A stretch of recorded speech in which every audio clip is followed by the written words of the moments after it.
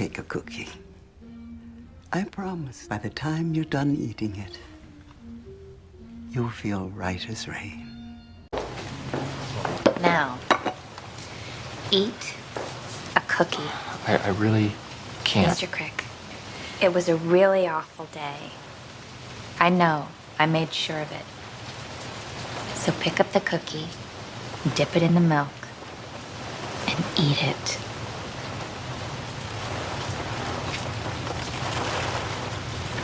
Dunked into a glass of milk, packed into a lunchbox, brought to a party or gifted to loved ones, there is nothing quite like the humble, ooey gooey chocolate chip cookie. In fact, people love this baked good on a level few other desserts even come close to on a global scale.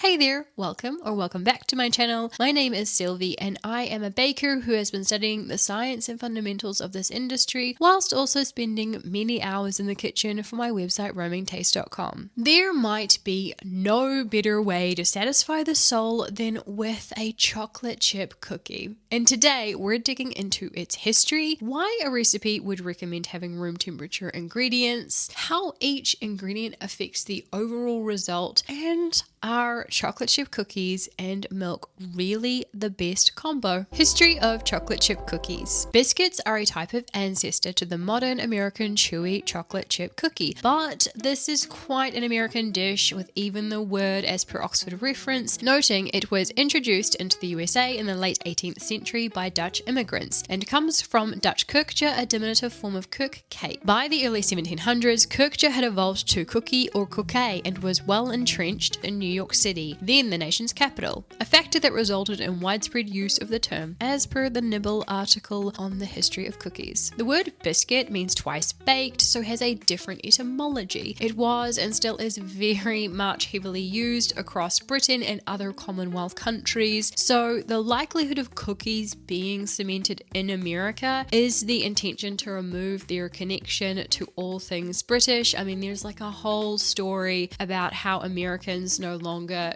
drank tea. I know that there's the whole like Boston Tea Party thing. This also was a much wider thing that happened beyond Boston, where Americans wanted to sever all of their ties to everything British. I'd love to go down that route one day. Do let me know your thoughts in the comments below. This is to say though that cookie is intrinsically an American invention despite its Euro influence in both the word and product. Sarah Lasko notes in her article, The Creation Myth of Chocolate Chip Cookies, the first written recipe for an American cookie was published in 1796 in the book American Cookery and called for a boiled sugar to separate the scummy impurities and powdered coriander. Ooh, that sounds delicious. What we really care about is how this beloved chocolate speckled drop cookie came into existence. There is a saying, history is written by the victors, and in the case of chocolate chip cookies' storied past, that saying couldn't be truer. You might or might not have heard of Ruth Wakefield, who owned the Toll House Inn in Massachusetts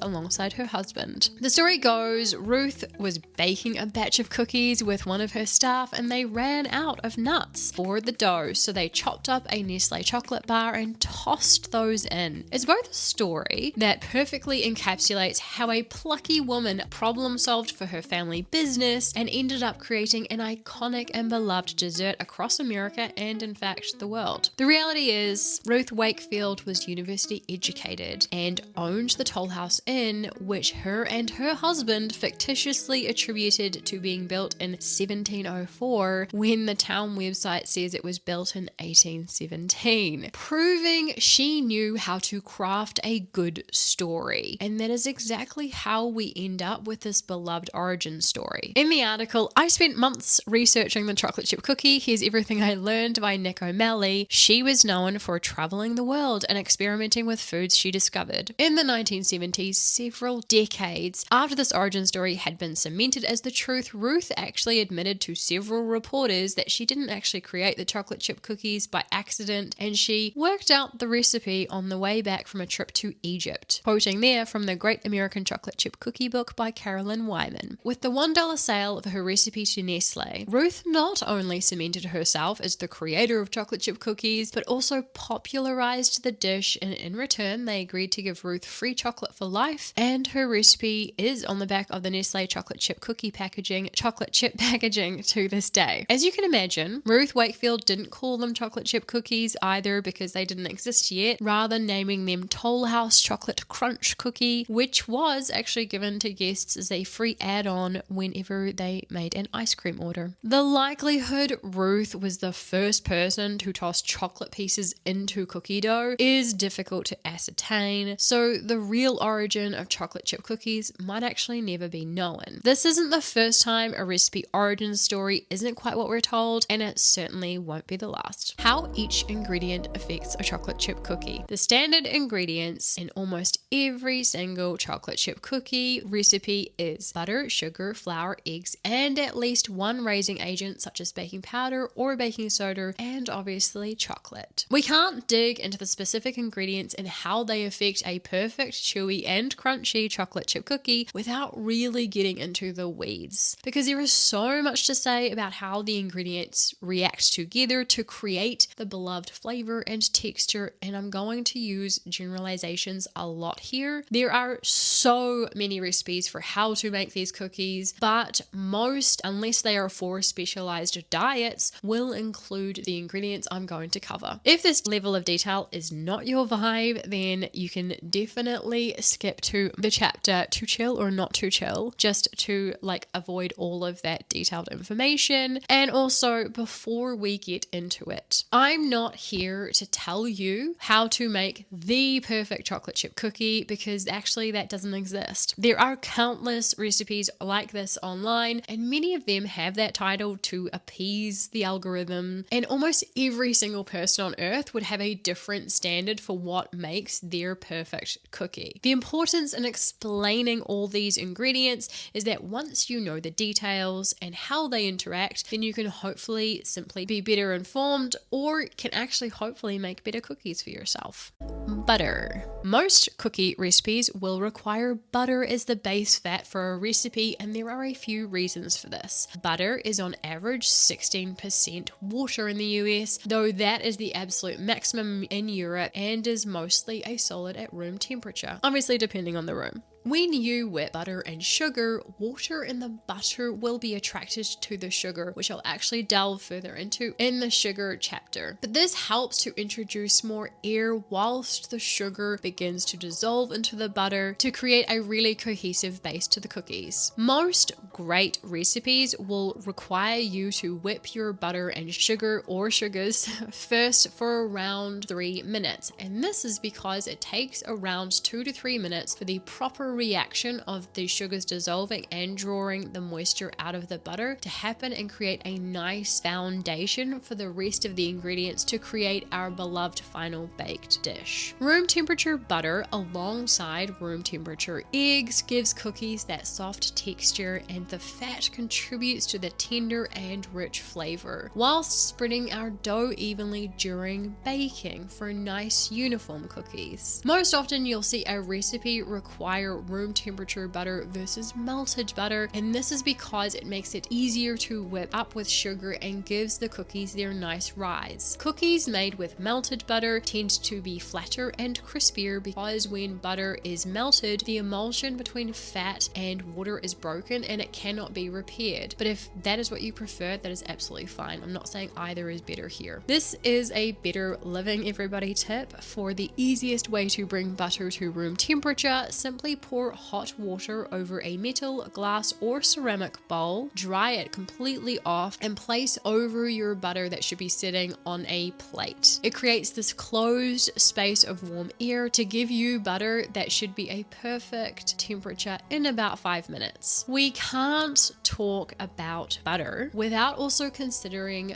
beurre, noisette, or browned butter. It has been one of the most popular ingredients in recent years to bake with. Particularly, there are so many chocolate chip cookie recipes online using browned butter versus regular butter, and I say this because they are not the same. Firstly, browned butter is simply caramelized butter. It's simmered down to cook away the water and caramelize the milk solids. So if you've ever leftover browned butter, all those little bits at the bottom of the saucepan, those are the caramelized milk solids. Secondly, the structure of brown butter is not the same as regular butter because when you brown butter, you lose approximately 30% of its content, most of that water, and with less water, it means the reaction in our baked goods won't be the same as using regular or standard. 100 grams or 3.5 ounces of browned butter is actually 125 to 130 grams or 4.4 to 4.6 ounces of regular butter. If you have a recipe you love and want to make it with browned butter and it's calling for regular butter, it's important to consider the loss of moisture that happens during the browning process. Unless you're adding some milk fats, the result of browned butter baking can be crispier and more crumbly than when using standard butter. So some people prefer to use a 50-50 mixture of browned and regular butter in their cookies. If you want to dig into brown butter a little bit more, Sasha's Kitchen Substack does this wonderfully in a way that I'm not going to do here because this is already going to be quite an in-depth video, but I will link her article in the caption below under the butter chapter. Whilst we're on the topic of butter, we're also really talking about fats in our cookies, right? So it's important to consider oil versus butter. There aren't often cookie recipes calling for oil as the base fat in a chocolate chip cookie, and that is because it can result in an overall denser texture. Unlike butter, oil is 100% fat. This matters when it comes to incorporating our sugar because there is no water for the sugar to form to, and that means the cookies are more likely to be flatter because you cannot aerate oil like you can butter. If you can't eat butter or simply don't like it, it's best to find an oil cookie specific recipe and work from that than simply like omitting or replacing butter with oil, because that might then mean you don't end up with like a successful end product. Before we finish up on butter, it's important to consider the whole unsalted versus salted debate. Many professionals prefer using unsalted butter in their baked goods, and I am also the same. This is for two reasons. Firstly, salt is a preservative, so unsalted is simply fresher butter. Secondly, when you use salted butter, you have less control over the saltiness of your final baked good. If you're using salted butter, then adding salt to the cookie dough and sprinkling more on top, it might actually offset the balance of flavors. So be mindful when using salted butter, but in saying that, if you're a home baker and you're popping out to get butter and you're not going to be using all of it in your cookie dough, just use whatever works best for you and maybe just use less salt in your actual cookie dough. Sugar. A lot of base chocolate chip cookie recipes use 2 sugars, so I'm going to really focus on these 2. But before we get into the specific sugars, it's important to note what sugar does beyond sweetening. Sugar is hygroscopic. This means it attracts water, as kind of alluded to in the butter chapter. Now, you might know about tossing berries and sugar into a bowl and stirring together, and within like 5-10 minutes, you have liquid or a juice at the bottom of the bowl. This is the reaction the sugar has done with the berries. It has drawn the ambient moisture out of the fruit. Now that we know that sugar is attracted to water, we need to understand how it affects our cookies. The first type of sugar a recipe usually calls for is granulated or superfine or caster sugar, which are both refined white sugars. Though superfine or caster sugar, almost all of my recipes call for that. I never use granulated. Thanks to its finer texture, dissolves quicker into our butter and the overall cookie dough. Granulated is more likely to be the type called for. As mentioned in the butter chapter, most recipes will require you to whip for 2 to 3 minutes to help the sugar dissolve and create the reaction needed in the butter for a great foundation to our recipe. If you have a recipe calling for granulated sugar and you prefer to use raw sugar in its place, they are not completely interchangeable because raw sugar has a little bit more moisture in it, but also the grain is larger. So even if you whip for a full 3 minutes, you'll notice that the texture of the mixture with the butter and the sugars will be slightly gritty because it takes longer to dissolve. You can choose in this case to whip for an extra 1 to 2 minutes, or accept that the texture might be slightly different than what the recipe intends. depends. The second type of sugar most often called for in a chocolate chip cookie recipe is light brown sugar. This is actually most often refined white sugar with the addition of molasses. This combo retains moisture better than refined white sugar, which helps give our cookies that chewy texture. Due to being more dense than white sugar, light brown sugar creates less pockets during the creaming process and therefore less steam escapes during baking, so cookies will rise less for a denser overall texture. Other than binding with butter and eggs, sugar also plays with gluten development in our flour, so it can actually affect how our cookie bakes, but we're going to get to that shortly. Serious Eats did a bunch of testing with each sugar and then both in their cookies, and their results were interesting. In recipes that involve soft or melted butter, sugar can play a critical role in gluten development by acting as a tenderizer, but white and brown sugars aren't the same in that regard either. White sugar, with its neutral pH, interferes with gluten development, allowing the dough to spread more before it sets. The result is cookies that are thin and tender crisp. Acidic brown sugar, on the other hand, speeds gluten formation and egg protein coagulation, so the dough sets quickly, making cookies thick and tender chewy. These results show why so many great chocolate chip cookie recipes will actually call for two types of sugars to get that perfect balance of texture and flavor.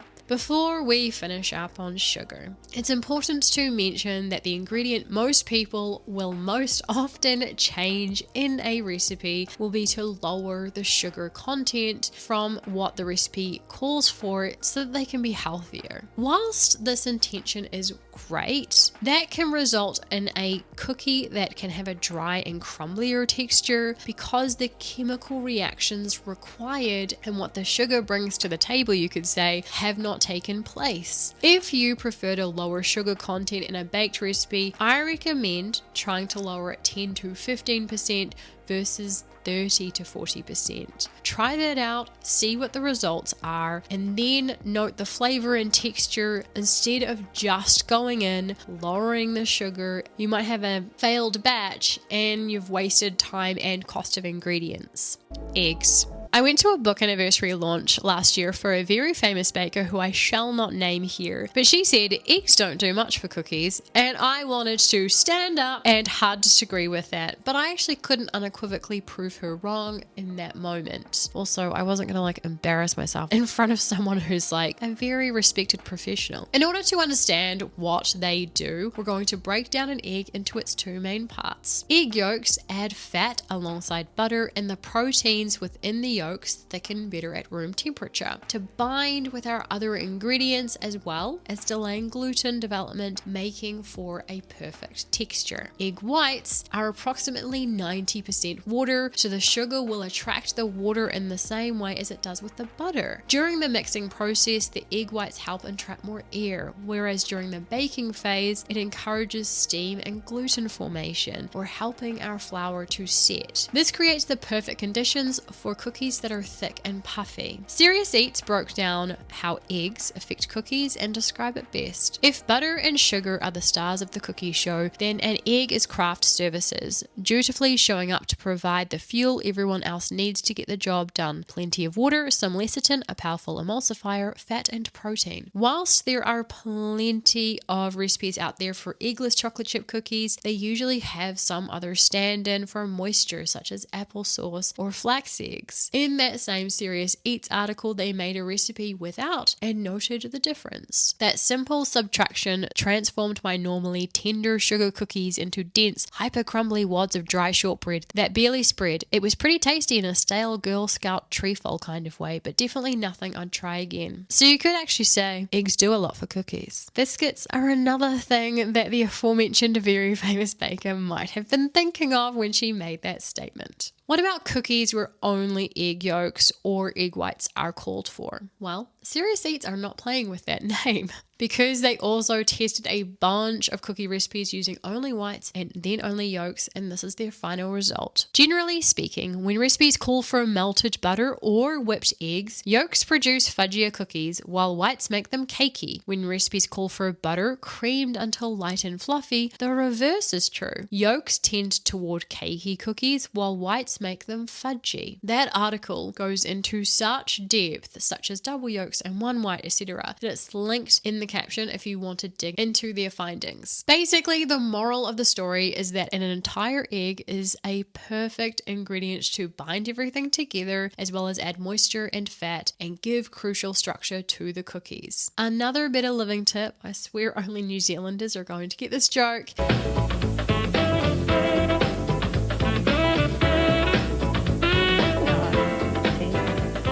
Hi everybody, welcome to Better Living. I'm Leah Parnaba. Hi Lisa. Hi Leah. To bring refrigerated eggs to room temperature, pour warm, not hot, water into a glass or a cup and drop the eggs into the warm water for like 5 minutes. They will come to room temperature best if fully submerged. Flour. The vast majority of recipes for chocolate chip cookies will call for plain or all-purpose flour, as it's the best in a cookie recipe. But why? Well, it really comes down to the protein amount in the flour.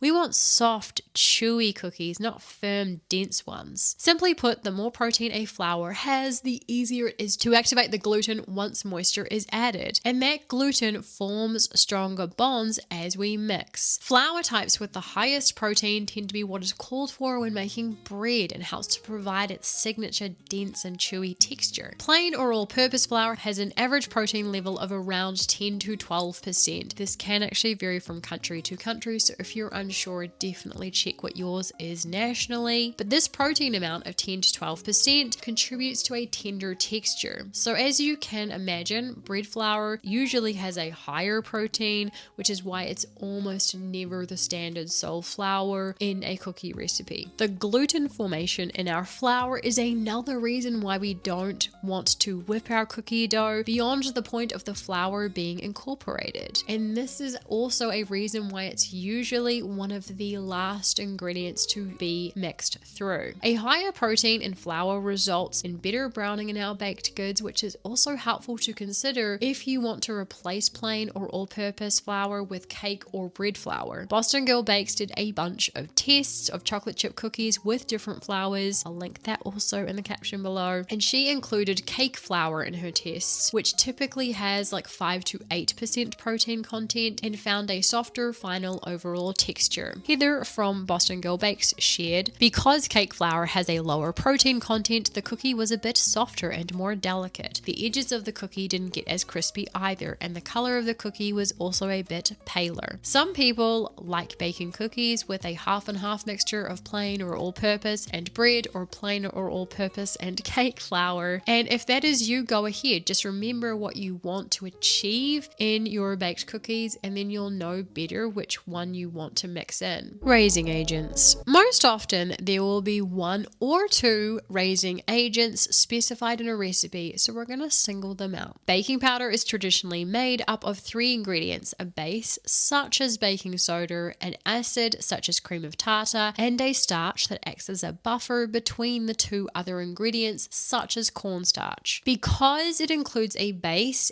and acid, it will react without requiring acidic ingredients in a recipe, but we're going to come back to that in a second. Almost all of the baking powders on the market now have a double rise factor, which means they are firstly activated when the baking powder is mixed with liquid, and then the second activation or rise takes place during baking. Whereas baking soda is also known as bicarbonate of soda or sodium bicarbonate, a leavening or rising agent that is not acidic. I'm going to refer purely to brown sugar as being the acidic ingredient here, because that's the one that will most often be called for in a chocolate chip cookie recipe. And this is what makes the baking soda react, creating carbon dioxide and helping our cookies rise during baking. Additionally, because baked goods brown better in an alkaline environment, which is created when baking soda is added, this means that it gives our cookies a nice golden exterior. Usually cookies made with with baking soda tend to be more golden in color than when it is not required. We also need to talk about baking powder versus baking soda. Firstly, they are not interchangeable. Whilst they are both raising agents, they work in different ways to make a recipe successful. If a recipe calls for both raising agents, then there is likely an acid in the recipe, but the chemical reaction from the baking soda isn't enough to give your dish, in this case the cookies, the necessary lift. Baking soda is actually 3 to 4 times stronger than baking powder, and too much in a recipe can create a metallic or soapy aftertaste, and if you've ever tasted that, you probably have that at the back of your throat right now. A good rule of thumb is to use 1 gram or 1/4 of a teaspoon baking soda to 4 grams or 1 teaspoon of baking powder per 160 grams or 1 cup of flour. Just a little note, 1 cup of flour can also in some cases be 200 grams. So when I say 1 cup of flour, the gram weight might be slightly different, but the same rule of thumb of 1 gram or 1/4 of a teaspoon of baking soda to 4 grams or 1 teaspoon of baking powder applies even if the gram weight of 1 cup of flour is slightly different. Vanilla flavoring. Before we get into vanilla flavoring, we need to break down the difference between vanilla extract and vanilla essence. Vanilla extract is made by soaking vanilla beans in alcohol, usually vodka or rum, for at least 3 months, whereas much cheaper vanilla essence is synthetically flavored and colored. So great, what is the point of this in my cookies? Put simply, vanilla helps to add dimension to your baked goods. In this case, it helps lift the flavor profiles of the chocolate and then cut through other flavors such as the eggs. It effectively helps to balance all the ingredients to create the flavor you know and love. Because vanilla tends to be such a minimal ingredient in a cookie recipe, particularly if you don't really bake often, essence is absolutely fine where vanilla is actually not the star flavor. Salt. It might seem silly to include this as a chapter, but Samin Nosrat can lead the way here from her book Salt, Fat, Acid, Heat. To experience what salt does for sweets, divide your next batch of cookie dough and omit salt from half. Taste cookies from both batches side by side. Because salt will have done its aroma and taste enhancing work, you'll be astounded by the notes of nuttiness, caramel and butter you detect in the salted cookies. Usually 1/4 of a teaspoon salt is all you need to effect a flavor change to a batch of cookies, but Samin once again suggests how best to add which salt here. Considering how you plan to eat a dessert can help you decide which type or types of salt to use. For example, use fine salt that will dissolve evenly in chocolate cookie dough and then top it with a flakier one such as Malden for a pleasant crunch. Salt offsets bitterness, which is another reason why it is such an incredible ingredient, as it balances out the acidity in chocolate.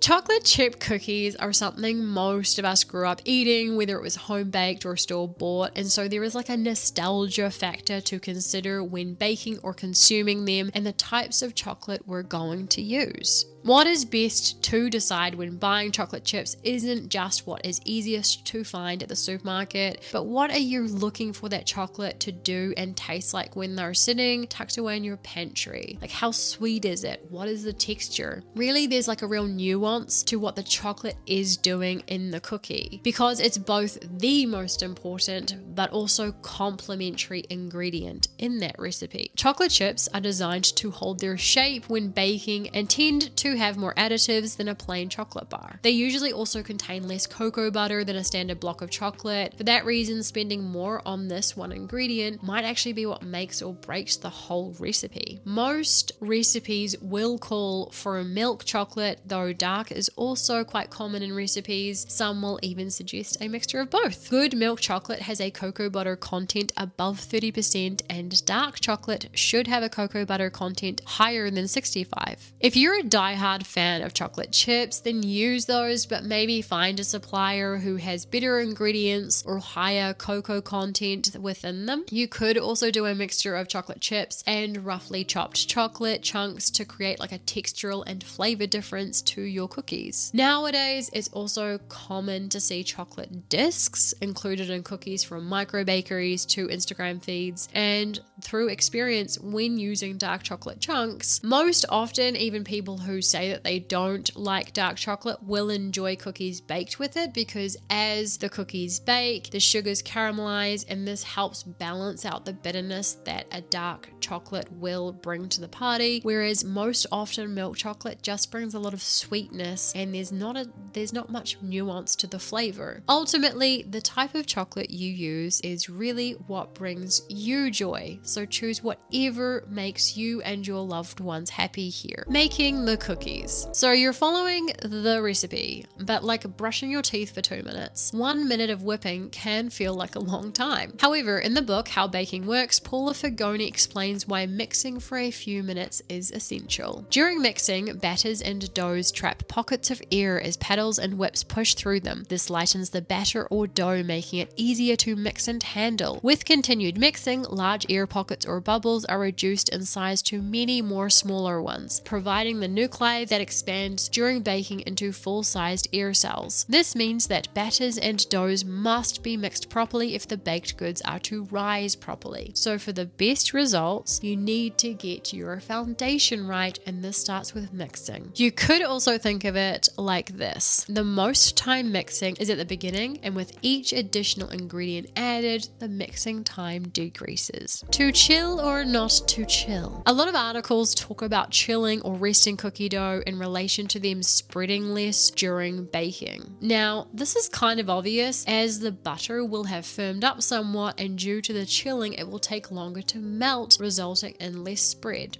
It's kind of obvious from the start. What actually matters when it comes to chilling is the flavor difference. King Arthur Baking wrote an article about chilling cookie dough and observes that part of the flour breaks down into its component parts, including a simple carbohydrate, sugar. Thus, since sugar is a flavor enhancer like salt, the cookies may taste more flavorful as well as sweeter after aging. This was tested with my own chocolate chunk cookie recipe on my website. One batch was baked without chilling. One batch was chilled for 30 minutes, another was chilled for 60 minutes, and the last was actually frozen for 30 minutes. The results were really interesting, with the no-chill cookies having a cakey texture and a muted flavor, like more sugar was needed. The batch that was chilled for 30 minutes was similar to the no-chill batch, but they had a nicer firm edge than the no-chill batch. The dough chilled for 60 minutes had a firm crunchy edge, similar to the dough chilled for 30 minutes, but it tasted sweeter than the previous two. And the batch frozen for 30 minutes had a perfect cookie texture, not being too thin or thick, with a nice chewy center, but firm outer edge without being crunchy. The biggest difference was that the sweetness was perfect. If I'd added any more sugar, it would have been too sweet. Also, the exterior was more golden than all the other cookies. These findings are actually included in the chocolate chunk cookie link in the FAQ section of that post, which is in the caption below. So many words. In the article from Serious Eats, the Food Lab's chocolate chip cookies, J. Kenji Lopez Alt advises that if there's one single thing you can do improve the flavor of your cookies, it's to let the dough rest. Get a glass of milk. Investors loved your milk and cookies idea. If you've ever poured a glass of milk before biting into a chocolate chip cookie, you've likely done it on autopilot. Like it's a natural reflex. Some of us have seen it played out on movies or TV shows and wondered why it's a standard way to enjoy this dessert. In the article, Why Milk Goes with Cookies and Every Other Dessert, Bon Appetit explains that milk helps blunt sweetness by coating your tongue, so it acts almost like a palate cleanser that clears the way for another bite. If we consider that around 80% of our taste comes from smell. The exact number lies between 75 to 90 here, so it's a variable percentage. Then when we dunk a cookie or biscuit into milk, tea, or even hot chocolate, the liquid doesn't just coat the cookie, it soaks into it, which can improve the flavor by helping the fresh baked scent reach your nasal passages more quickly. This is especially true if the milk is warm, as wet, hot aromas travel faster, quoted from the same Bon Appetit article. So, dunk chunk away. It'll actually help the flavor sink into your taste buds better and probably mean you actually feel more satisfied during and after consumption, and may actually mean you consume less. I don't know. The perfect dessert. So it's important to consider how each of those ingredients that we covered interact to give our cookies that overall result. The white sugar and melted butter contribute to crispiness, whilst that chewy texture is thanks to brown sugar, eggs, and flour. The tender structure is thanks to our butter, both white and brown sugars, as well as eggs and flour. Whilst the beautiful golden color is thanks to butter, brown sugar, flour, and baking soda. Finally, the acidity. That beloved flavor is thanks to both sugars, vanilla, and chocolate. Running a baking website means I'm almost always bringing baked things to get-togethers or just sharing wrapped slices of cake in aluminum foil. But when I host, most often I'll serve people chocolate chip cookies for dessert when I can. They're such an unassuming dish, and most people have a look of sheer delight on their faces when you tell them that's what's for dessert. After reading the book Salt, Fat, Acid, Heat, I really pondered how chocolate chip cookies are so perfectly soul satisfying because they might actually be the most perfect dessert. There aren't many desserts that include salt, fat, acid, and heat to result in the perfect mouthfeel, which is a weird way to describe biting into a cookie. But when cookies bake, the sugars caramelize, deepening their flavor and making them more acidic. This balances with the acidity in the chocolate, which means when we bite into a cookie, we taste the fats from the butter and egg, the sweet caramelized sugars and bitterness from the chocolate, which is offset by salt, making for a wholly balanced dish on our palate. Chocolate mousse, when served with a sprinkle of salt, is actually similar in that it contains those four elements, but obviously a very different texture, which not everyone loves. There's also an element of nostalgia when we bite into a chocolate chip cookie. It takes us back to days where maybe we were with people who are no longer here, or just life felt simpler in general, meaning there isn't much else that we could make, bake, and share with others that would bring such unbridled joy, and is definitely a reason why they are beloved the world over. That's all there is to say about chocolate chip cookies, and this is a long video, I must admit. Really leaning into food that is nostalgic and brings us joy is one of the best ways to just be present, and it's such a wonderful, wonderful dish, and that I'm really grateful for. Part of the inspiration for this channel's existence is because I really wanted to dig into the facets of chocolate chip cookies, and so it's been so great being able to dig into it and share it here. And I would love if you could please like, share, and subscribe with anyone else who would enjoy this video. In the meantime, thank you so much for watching. I will see you in the next one. Ka kite ano and tschüss. Cookies are done.